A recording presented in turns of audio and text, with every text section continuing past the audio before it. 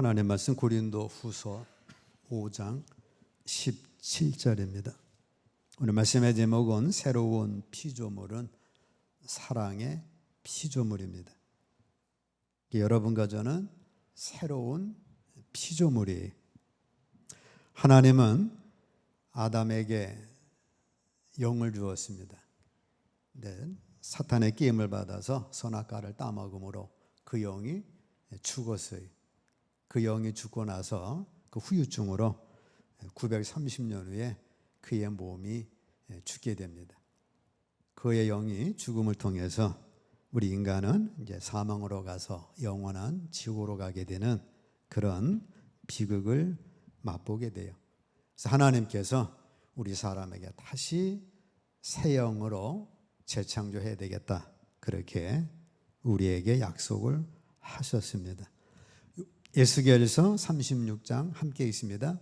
또 새 영을 너희 속에 두고 새 마음을 너희에게 주되 너희 육신에서 굳은 마음을 제거하고 부드러운 마음을 줄 것이며 또 내 영을 너희 속에 두어 너희로 내 율례를 행하게 하리니 너희가 내 규례를 지켜 행할지라. 자, 새 영을 우리 속에, 새 영, 예전에 죽은 영 말고 새 영을 우리 속에 두고 새 마음을 너희에게 주어서 옛 마음을 제거하고 새 마음을 주십니다. 새 마음이 우리 안에 들어오면 우리 육신에서 굳은 마음을 제거하고 미워하는 마음, 살인하는 마음, 아주 그 굳은 마음들이 있어요. 육체의 일들을 제거하고 부드러운 마음을 줄 것이며 성령이 우리 안에 오시면 우리 마음이 부드러워져요. 옥토밭이 되어져서 또 내 영을, 하나님의 영, 성령을 너희 속에 두어 너희로 내 율례를 행하게 하리니. 율법을 주체 행할 때에는 그 율법을 지키지 않으면 벌 받을까 봐, 조짐할까 봐 그래서 행했는데 우리 안에 새 영이 우리 속에 임하게 되면 그 두려워서가 아니라 자원하는 마음으로 자녀가 부모의 계명을 무서움으로 쫓는 게 아니잖아요. 진짜 가정은 기쁨으로 쫓는 것처럼 행하게 하리니 너희가 내 규례를 지켜 행할지라 말씀을 하고 있습니다. 하나님께서는 이 약속을 예수님이 땅에 오셔서 우리 십자가를 통해 죄 문제를 해결해 주셔요. 그 죄 문제를 해결해 주셔서 십자가의 보혈의 피로 하늘에 지성소에 올라가셔서 하나님, 이게 인간을 위한 내 피입니다. 하나님이 그 피를 받으셔서 합격 사인을 받고 그로 인하여 부활하시죠. 그리고 우리에게 성령을 보내주십니다. 오순절 마가다락방에 성령이 임하셨어요. 그리고 베드로가 하나님의 말씀 전할 때 그 말씀을 들은 3,000명이 성령을 받고 새 사람이 됩니다. 베드로가 고넬로 가정에서 말씀을 전할 때 그 말씀을 들음으로 고넬로 가족이, 식구들이 새 사람이 돼요. 자, 그런 패턴을 쫓아서 우리까지 왔습니다. 우리도 하나님의 말씀을 들을 때 하나님의 말씀을 들음으로 거기에 성령님이 역사하셔서 우리의 죽었던 영을 새롭게 살려주셔서 우리의 피조물을 만들어 주시는 거예요. 그래서 우리는 이 새로운 종류의 삶을 살게 되는 겁니다. 고린도후서 5장 17절 함께 있습니다. 그런즉 누구든지 그리스도 안에 있으면 새로운 피조물이라. 이전 것은 지나갔으니 보라 새 것이 되었도다. 여러분 중에 뭐가 새 것이 된 거예요? 나의 영이 새 것이 된 거예요. 나의 영이 새 것이 됐기 때문에 이제 그 영의 역사를 통해서 우리 마음은 옛 마음 그대로인데 그 마음을 새롭게 변화시켜 나가는 것이고, 우리 몸은 하나의 장막이니까 이 장막도 우리 마음이 새 마음의 됨을 통해서 우리 몸은 새 마음을 쫓아 새로운 피조물로서 새로운 지체로 의의 병기로 사용이 되어지게 됩니다. 자, 우리 안에 이 성령님이 새로운 피조물이 됐습니다. 이제 그래서 그 새로운 피조물 성령님을 의지로 영적인 삶을 살아가게 되는 거예요. 영적 의지의 삶을 살아서 예수님을 주로 고백하고 예수님이 내 생활 속에 주인이 되시는 겁니다. 영과 진리로 하나님과 교제하는 삶을 사는 거예요. 사탄과 예전엔 교제했죠. 너희 아비는 마귀다. 근데 우리는 옛 아비 마귀를 치워버리고 하나님을 아버지로 모셨습니다. 그래서 하나님을 아빠 아버지라 부르면서 하나님과 교제하는 삶, 육체의 열매가 아닌 성령의 열매 맺는 삶, 하나님과 이웃을 사랑하는 새 피조물로 살아가게 됐습니다. 이 새 피조물의 특징은 사랑의 특징이에요. 새로운 피조물은 하나님으로부터 났습니다. 그 하나님은 어떤 하나님이에요? 사랑의 하나님이에요. 우리가 구약을 잘못 이해하면 하나님이 저주하고 홍수처럼 막 쓸어버리고 여리고성 완전히 다 그냥 남자 여자 애기들까지 다 죽여버리는 나쁜 하나님으로 오해할 수가 있는데, 하나님은 절대적으로 사랑의 하나님이시. 그 사랑의 하나님께서 우리에게 새 피조물로 빚으시면서 하나님의 사랑을 주신 겁니다. 사탄의 본성은 이기심이에요.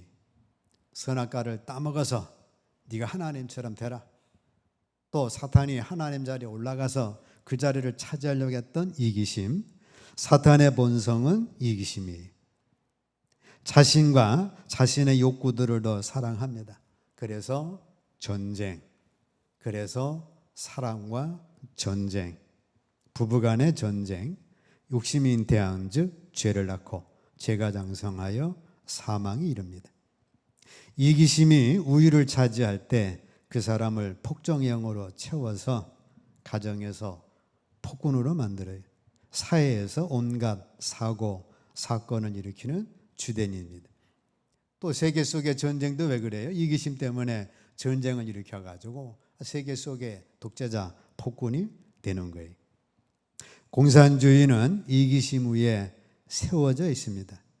스탈린의 교육 방침이 뭐예요? 우리는 사랑을 죽여야만 한다. 우리는 그리스도인들을 미워한다. 우리는 반드시 증오하는 것을 배워야 합니다. 우리는 반드시 죽이는 것을 배워야 합니다. 그래가지고 증오하게 하고 사랑을 빼버리고 이 그리스도의 사랑이 있으니까 교회를 없애야 합니다. 그래서 이기심이 지배하는 한 세상에는 평화가 없어요. 여러분, 내 속에 이기심이 지배하는 한 내 속에는 평화가 없습니다. 결혼 생활의 위기도 이기심이죠. 대개는 성격 차이라고 하는데 성격은 원래 달라야 돼요. 그래야 발전이 있고 서로 보완이 되고, 그래서 하나님은 서로 다른 사람끼리 만나게 하시는 겁니다. 성격 차이가 아니라 자신도 모르게 안고 있는 이기심을 극복하지 못하기 때문에 결혼의 위기가 닥치는 거예요. 서로가 상대방이 우애주기를 바랄 뿐 내가 먼저 우애주고 싶다는 생각이 점점 줄어들면 위기입니다. 이기주의자는 사랑을 못해요. 사랑할 자격을 스스로 포기하는 거예요. 그래서 가정과 사회에서 외면당하거나 버림받는 겁니다. 이기주의가 극에 달하면 개인도 망하는 거죠.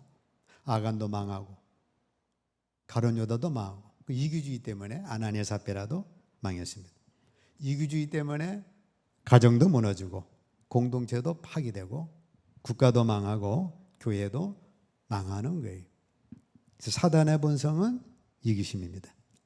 이기심은 사탄의 본성이기 때문에 우리가 버려야 되는 거예요. 그래서 우리 예수님은 마태복음 16장 함께 있습니다. 이에 예수께서 제자들에게 이르시되 아무든지 나를 따라오려거든 자기를 부인하고 자기 십자가를 지고 나를 쫓을 것이니라. 너희가 나를 따르려면 자기 부인, 자기 이기심을 부인하지 않고는 주님을 따를 수가 없습니다. 가룟 유다가 이기심을 버리고 따라야 되는데 버리지 못했어요. 따르다가 중도 하차가 된 거예요. 이기주의에서 이타주의로 나가라고 주님을 말씀합니다. 사도행전 20장 함께 있습니다. 또 주 예수의 친히 말씀하신 바 주는 것이 받는 것보다 복이 있다 하심을 기억하여야 할지니라. 자, 사탄의 본성은 이기심이에요. 우리가 이기심으로 꽉 찬 사탄의 삶을 살다가 이제 하나님의 영이 들어와서 새 사람이 됐습니다. 하나님의 본성은 사랑이에요. 그 사랑을 아가페라고 하는 겁니다. 예수님이 이 땅에 오시기 전까지 아가페 사랑은 없었어요. 여러분들 속에도 아가페 사랑은 없었고 내게도 아가페 사랑은 없었어요. 에로스, 육적인 사랑은 있었습니다. 성적인 사랑, 이기적인 사랑. 그래서 온갖 영화, 드라마 뭐 이런 것들이 에로스 사랑을 기초로 하죠. 필리아, 가족 간의 사랑도 있었어요. 근데 그것도 결과를 보면 평생 왼수, 후회, 한, 그리고 많은 비극으로 끝을 맺습니다. 아가페 사랑, 그 사랑만이 하나님의 사랑이고 우리를 가장 축복되게 하는 거예요. 아가페 사랑의 특징은 요한복음 3장 함께 있습니다. 하나님이 세상을 이처럼 사랑하사 독생자를 주셨으니 이는 저를 믿는 자마다 멸망치 않고 영생을 얻게 하려 하심이니라. 하나님이 세상을 이처럼 사랑하사, 그 사랑은 에로스 사랑도 아니고 뭐 필리아 사랑도 아니고 세상에서 말하는 사랑이 아니라 아가페 사랑이에요. 그 사랑 때문에 하나님의 독생자를 나를 위하여 주신 거예요. 언제 주신 거예요? 로마서 5장 8절 함께 있습니다. 우리가 아직 죄인 되었을 때에 그리스도께서 우리를 위하여 죽으심으로 하나님께서 우리에게 대한 자기의 사랑을 확증하셨느니라. 우리가 아직 죄인 되었을 때에, 하나님과 원수 되었을 때, 사탄을 아비로 삼아서 하나님을 반역할 때에, 전혀 하나님의 사랑받을 것이 없었을 때에 그리스도께서 우리를 위하여 죽어주심으로 하나님의 사랑을 확증하여 주신 겁니다. 그래서 여러분과 저는 그 사랑을 받은 거예요. 예수님을 믿음으로 아가페 사랑이, 하나님의 사랑이 우리 본성 안에 임하게 됩니다. 로마서 5장 5절 함께 있습니다. 소망이 부끄럽게 아니함은 우리에게 주신 성령으로 말미암아 하나님의 사랑이 우리 마음에 부음받음이니, 우리가 하나님 앞에 성령을 받으니 그 성령님은 우리 안에 아가페 사랑을 가지고 오신 겁니다. 그래서 하나님의 사랑, 본성이 우리 안에 전이가 된 거예요. 그래서 우리는 사랑의 자녀들이 됐습니다. 우리가 태어난 가족은 사랑의 가족이고 하나님의 나라는 사랑의 나라입니다. 아가페 사랑을 받고 그 아가페 사랑을 실천하는 것은 내 인생에서 가장 기적적인 사건이에요. 아가페가 내게 온 것 중에서 가장 위대한 중에 하나가 아가페 사랑이 내게 온 겁니다. 여러분들 에로스 사랑 가지고 이 세상을 살면 얼마나 부딪히다가 비극을 맛보겠죠. 필리아 사랑도 결국은 평생 한으로, 후회로, 한으로 남게 됩니다. 근데 아가페 사랑이 내게 왔어요. 하나님의 사랑을 내게 와서 내가 하나님 사랑을 받고 내가 하나님을 사랑하고 하나님께 그 많은 용서받은 자가 돼서 내가 다른 사람을 용서하고 받는 것보다 주는 게 나아. 그래서 주자. 이렇게 마음만 먹어도 우리 인생은 얼마나 행복한지 모릅니다. 그래서 여러분들 속에 아가페 사랑이 왔다는 것은 내 인생 속에서 가장 기적적인 축복으로 온 거예요. 한 부부의 예가 있습니다. 그들은 매우 불행하게 살며 이혼에 대해서 많이 생각하고 있었어요. 뭐 거의 가정들 3분의 1 이혼하는 가정이 시대니까 그런 가정이 많습니다. 아버지는 신앙적 배경 가지고 있었고 어머니도 역시 그랬으나 그들 중 누구도 새로운 피조물, 하나님의 사랑, 아가페 사랑을 몰랐어요. 대부분 교회 다니면 아가페 사랑 잘 모르죠. 그냥 신앙생활 한다고 교회 왔다 갔다 합니다. 자, 아이들이 생긴 후 아내는 구속됨으로 인해 짜증을 느끼기 시작했고, 이 아이들 때문에 내 시간도 뺏긴다, 자유도 뺏긴다, 요새 말하는 경력 단절이 된다. 그래가지고 짜증을 느꼈고 남편도 같은 제약을 느끼기 시작했어요. 집은 집이 아니고 말다툼하다가 화해하고 잘못을 찾고 아이들을 저주하고 그냥 뭐 싸우다 화해하다 그렇게 흘러가는 가정입니다. 그러던 어느 날 새로운 종류의 사랑, 오늘 말씀의 주제되는 책이 있어요. 우리에게는 아가페 사랑이 맞는데 이 아가페 사랑이야말로 우리가 실천해야 된다고 하는 그런 책이죠. 그런 집으로 와서 남편이 가져와서 읽기 시작했습니다. 그가 책에 너무나 몰두하게 되자 아내는 그가 읽고 있는 것이 무엇인가 알고 싶어 했어요. 그녀는 마침내 당신이 읽고 있는 것이 무엇이죠? 라고 물었습니다. 남편은 내가 지금까지 읽은 책 중에 가장 훌륭한 책이요. 그 책자를 테이블 위에 놓고 출근했고 아내는 읽기 시작했습니다. 그녀는 반도 채 읽지 않아 결단을 내렸습니다. 그는 상황을 깨달았던 거예요. 이기적인 사랑에서 아가페 사랑으로 바꾸라는 지구나. 하나님 믿으면 우리 속에 아가페 사랑이 전이되는구나. 그거를 깨닫기 시작한 겁니다. 남편이 집에 들어오자 그녀는 당신은 저 책을 얼마나 읽었어요? 거의 다 읽어서 사무실에 한 동료가 내게 주어서 남편은 대답했습니다. 당신은 그 책에 대해 어떻게 생각하고? 남편이 물었어요. 아내는 난 그저 우리가 처음 결혼했을 때 이 책을 읽었더라면 우리 삶이 달라졌을 것이라 생각뿐이요. 그녀가 말했습니다. 남편은 아이 둘이 있었는데 하나를 팔로 안으며 여보 나와 함께 이것을 시작해보고 싶지 않소? 난 새로운 피조물이 되고 싶소. 난 나의 이기심에 넌더리가 나오. 그렇게 말했습니다. 그녀는 남편 얼굴을 살피다 팔을 뻗으며 말했습니다. 여보 난 당신과 함께 끝까지 계속하겠어요. 그래서 그들 이기심을 아가페 사랑으로 바꾸기 시작을 했어요. 3, 4일 후에 큰딸이 물었습니다. 엄마 아빠랑 무슨 일이 일어났지? 지난주부터 말다툼하지 않잖아요. 그래서 엄마는 딸에게 이야기해 줬습니다. 이런 이기적인 사랑에서 아가페 사랑이 있다. 딸도 엄마 저도 그것을 원해요. 그래서 그 집에 아가페 사랑이 머물게 됐어요. 얼마 후 그 집의 모든 식구들은 다른 사람에게 받은 것 이상으로 주려고 했어요.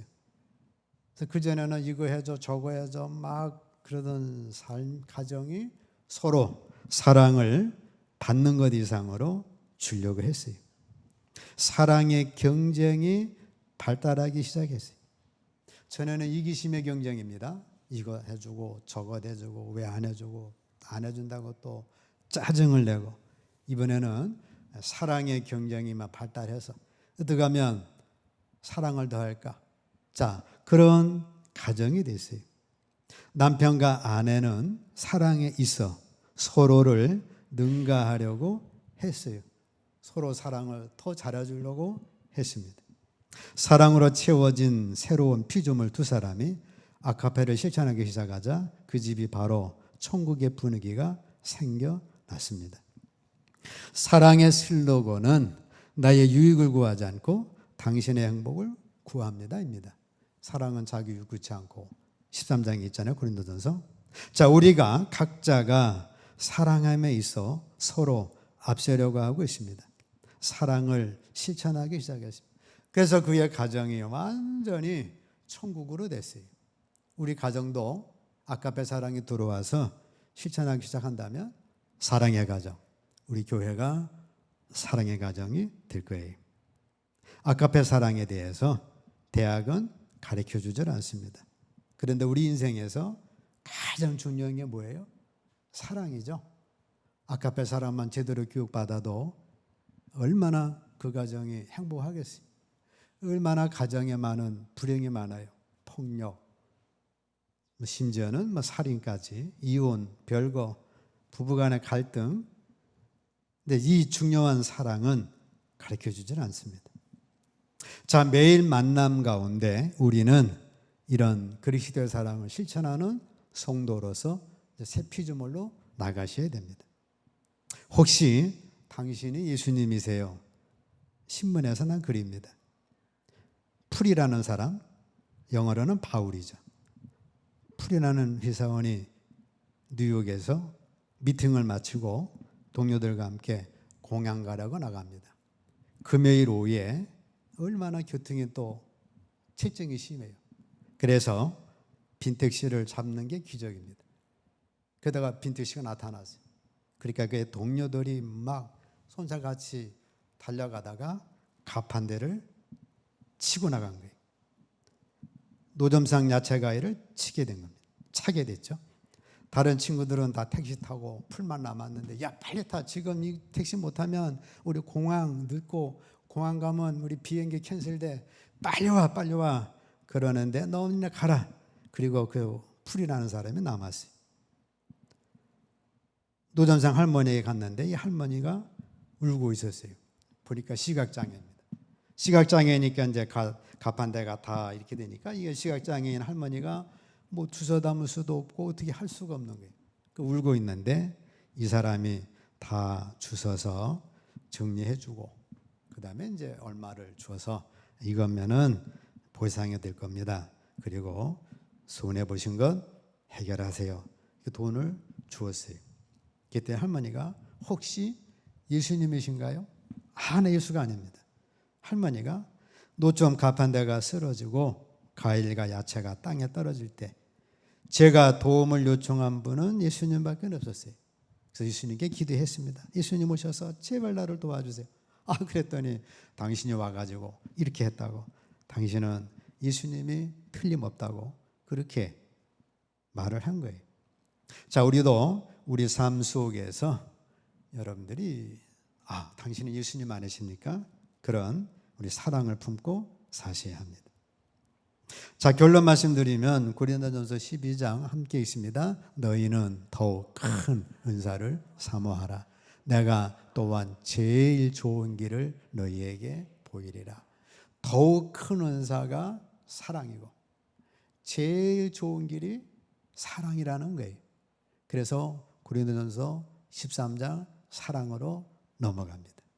우리가 은사 사모하는데 제일 큰 은사가 뭐예요? 사랑. 여러분 살아가는 인생길에 있어서 최고의 베스트 최고의 좋은 길이 뭐예요? 사랑하는 길. 함께 있습니다. 그런즉 믿음, 소망, 사랑 이 세 가지는 항상 있을 것인데 그 중에 제일은 사랑이라. 그 중에 제일은 뭐예요? 사랑이에요. 싸우다가 막 욕하고 막 하는데 어쨌든 다른 사람 욕을 하고 다른 사람보다 더 세게 말을 하고 다른 사람 뭐 또 어떻게 어쨌든 저쨌든 그런 것보다 뭐예요? 최고는 뭐라고요? 사랑이다. 그 다음에 사랑은 율법의 완성이니라. 율법이면 얼마나 율법이 복잡하고 율법이 얼마나 많아요. 그러나 사랑은 율법의 완성입니다. 야고보 2장 너희가 만일 성경에 기록된 대로 내 이웃 사랑하기를 네 몸과 같이 하라 하신 최고의 법을 지키면 잘하는 것이군요. 하여튼 최고의 법이 이웃 사랑 실천하는 거예요. 고소해가지고 전화서 그냥 나한테 바가지 씌웠으니까 나 골백에 바가지 씌워가지고 감옥에 철장 집어넣어서 아예 그냥 빛을 못 보게 할 거야. 그게 최고의 법이 아닙니다. 최고의 법이 뭐예요? 이웃 사랑하기를 내 몸과 같이 하라 하신 그 법이 최고의 법을 지키면 그게 잘하는 거다. 감옥에 완전 집어넣는 게 잘하는 게 아니라는 거예요. 요한일서 3장 함께 있습니다. 우리는 형제를 사랑함으로 사망에서 옮겨 생명으로 들어간 줄을 알거니와 사랑하지 아니하는 자는 사망에 머물러 있느니라. 여러분들 형제 사랑하면 내 속에 하나님의 사랑이 전이돼서 나는 하나님의 자녀구나. 그는 영생을 얻은 자고 사랑이 어디 있어? 그 사랑했다간 다 굶어 죽어. 사랑하지 않는 자는 그 사람이 아무리 교회 다녀도 직분이 있다 할지라도 어디 있는 거예요? 사망에 머물러 있느니라. 그래서 여러분들은 형제 사랑하면 나는 생명으로 들어간 거고 형제 사랑하지 못하면 나는 아직도 사망에 머물러 있는 거예요. 자, 이 좋은 사랑을 실천해서 생명도 얻고 여러분 가정도 천국이 되시고 우리 교회도 천국이 되고 여러분 삶 속에도 하나님의 자녀로서 축복의 삶 사시기를 주의 이름으로 축복합니다.